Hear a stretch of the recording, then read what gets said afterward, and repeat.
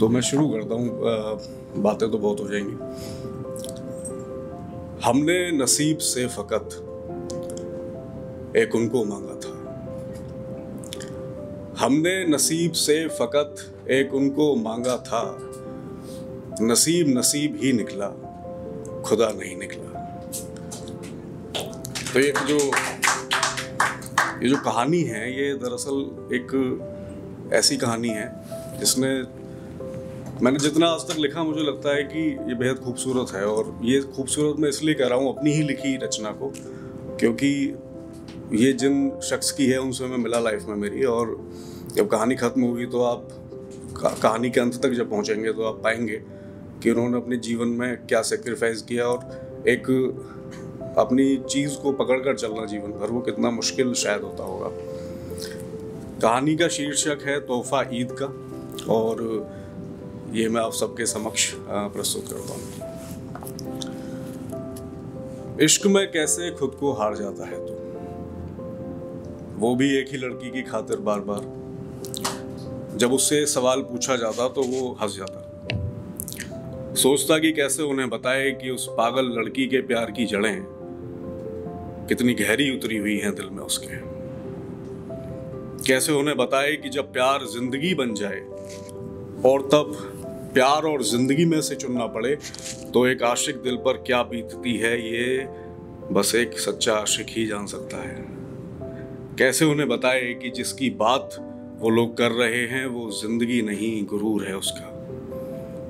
गजल, जिसको पहली बार देखने पर उसके दिल में मानो शब्दों ने सिर्फ प्यार का रूप ले लिया था, मानो जैसे शब्द चाह रहे हों कि गजल बन गजल को उसके सौंदर्य से परिचित कराएं। धड़कनें बगावत पर उतर आई थी, दिमाग बार बार बस उसे ये बोलकर उत्तेजित करने की कोशिश कर रहा था कि सुन, तेरी सधूरेपन से भरी जिंदगी को अपने होने से संपूर्ण कर अगर कोई मायने दे सकती है तो वो यही है। तेरे शब्दों ने हमेशा ही गजल का रूप लिया है, और आज जब खुद गजल तुम्हारे सामने खड़ी है तो तेरे पास शब्द नहीं है।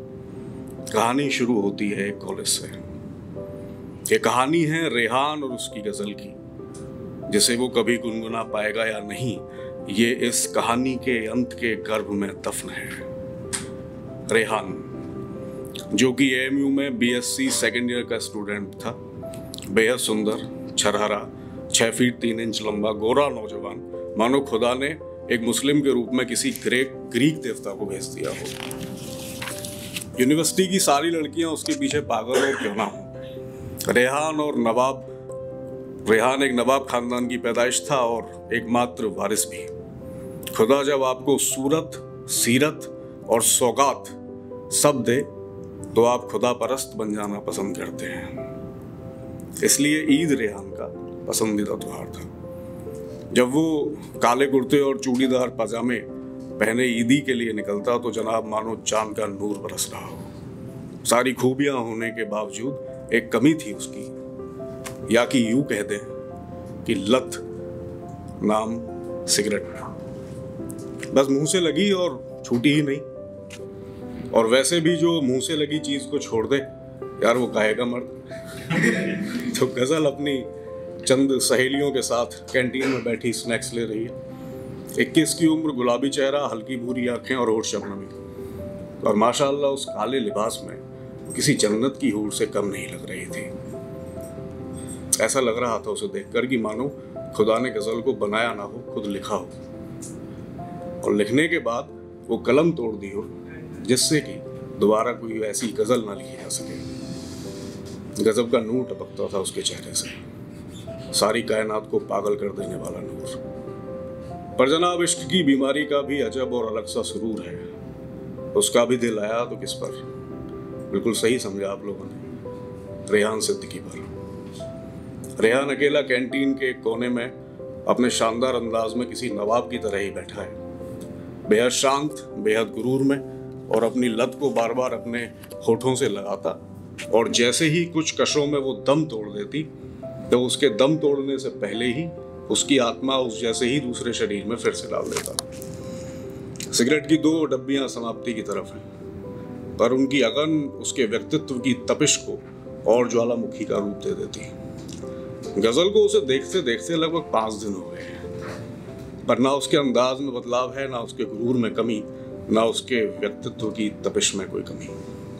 गजल आज तक किसी से अपनी तरफ से बात करने नहीं गई थी और किसी ऐरे गहरे की हिम्मत भी नहीं थी कि जो उससे बात करे। अब भारत के सबसे बड़े नवाब खानदान की लड़की से बात करने की हर कोई हिम्मत कैसे कर सकता है। फिर भी इश्क के हाथों मजबूर होकर उसने अपने गुरूर का कांच अपने नाजुक दिल से तोड़ा और खुद को प्यार के लाल रंग में शराबोर कर कश पर कश खींच रहे रेहान के पास पहुंची और बोली, आपके होठों पर हमें कोई और अच्छा नहीं लगता, और फिर ये एक दिन आपकी जान ले लेगी। क्यों पीते हो ऐसे इतना? और हम इतनी देर से खड़े हैं, जनाब की इजाजत हो तो आपके साथ बैठ सकते हैं। रेहान ने अपनी गर्दन उसकी तरफ उठाई और उसकी आंखों में खोते हुए बोला, अगर जान लेने की मंशा और कुव्वत रखती हो तभी बैठना, फिर होठों पर भी आपको अधिकार देंगे अपने।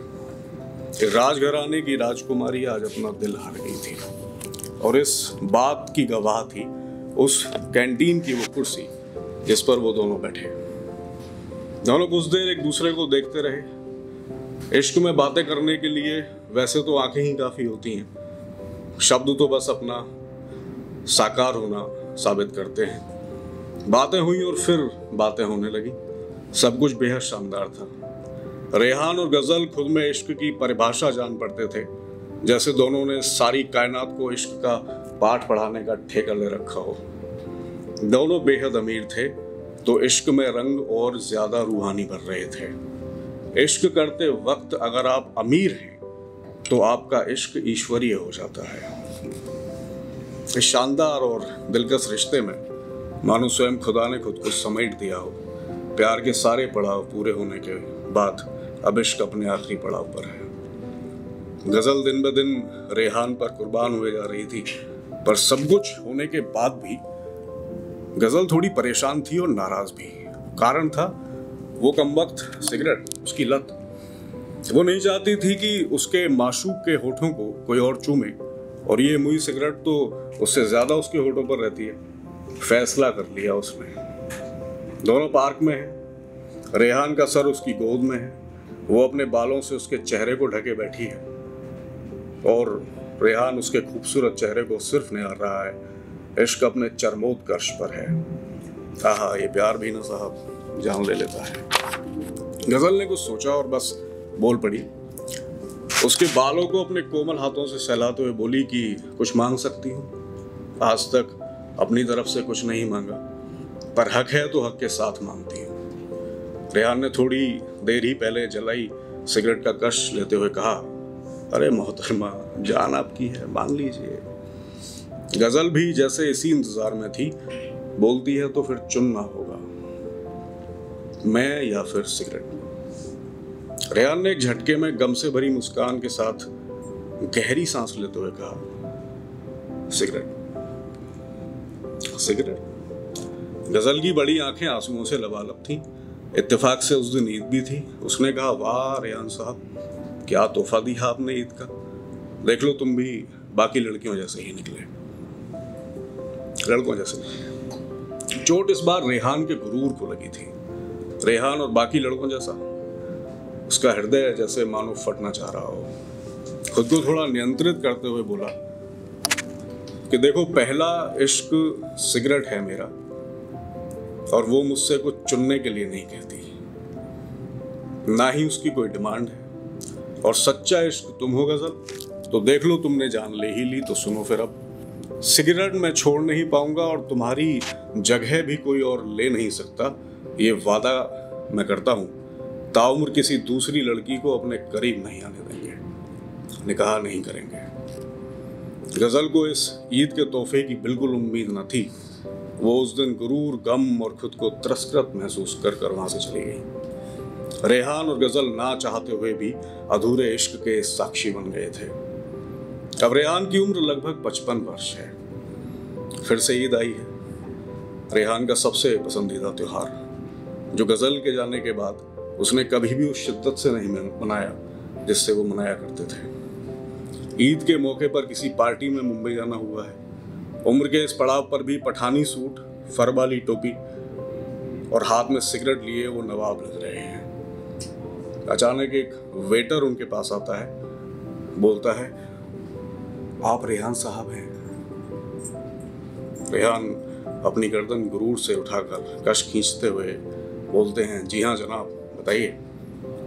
वेटर इशारा करके बोलता है, नवाब साहब, आपको वो मोहतरमा बुला रही हैं। रेहान नज़र घुमाकर देखते हैं और फिर बस देखते ही रह जाते हैं। मूडी आंखों में आज भी इंतज़ार और प्यार देखा जा सकता था। रेहान सिद्दीकी के सामने सारी जवानी घूम रही है। वो बेहद शालीनता के साथ कश खींचते उनकी तरफ बढ़ रहे हैं, या कोई खींच रहा है पता नहीं। बस सामने पहुंचे और बेहद अदब के साथ आदाब किया और फिर एक कश लिया। वो मुस्कुरा कर बोली, सुधरे नहीं तुम। रेहान ने नजरअंदाज कर कहा, आज भी मल्लिकाए हुस्न हो तुम गजल। गजल आंखों में नमी लाते हुए मुस्कुराती, कहीं आंसू पलकों की कैद न तोड़ दें, इसका ख्याल रखते हुए बात बदल कर बोली, अरे आप अकेले ही आए हैं? बीवी बच्चे मिलवाओ नहीं आज? बच्चे तो काफी बड़े हो गए होंगे अब। रेहान जैसे इसी प्रश्न के इंतजार में 55 साल जिया हो। बोलते हैं, गजल बेहद मासूम हो तुम आज भी। ईद का तोहफा भूल गई, वो भी ईद ही के दिन। गजल कहा था ना कि निकाह नहीं करेंगे, तो फिर काहे की बेगम और कैसे बच्चे। तुम तो हम सफर बन नहीं सकी, या तुमने मुझे इस काबिल नहीं समझा। पर देख लो, हमने तुम्हारी यादों को ही हम सफर बनाकर जिंदगी बसर कर ली। यह कहकर उन्होंने दूसरी सिगरेट जला ली। ईद का चांद बादलों से बाहर निकल आया है। रेहान बैठे कश पर कश ले रहे हैं और गजल एकटक उन्हें देखकर रो रही हैं। उनकी आंखों से आंसू टप टप गिरकर बस बहे जा रहे हैं।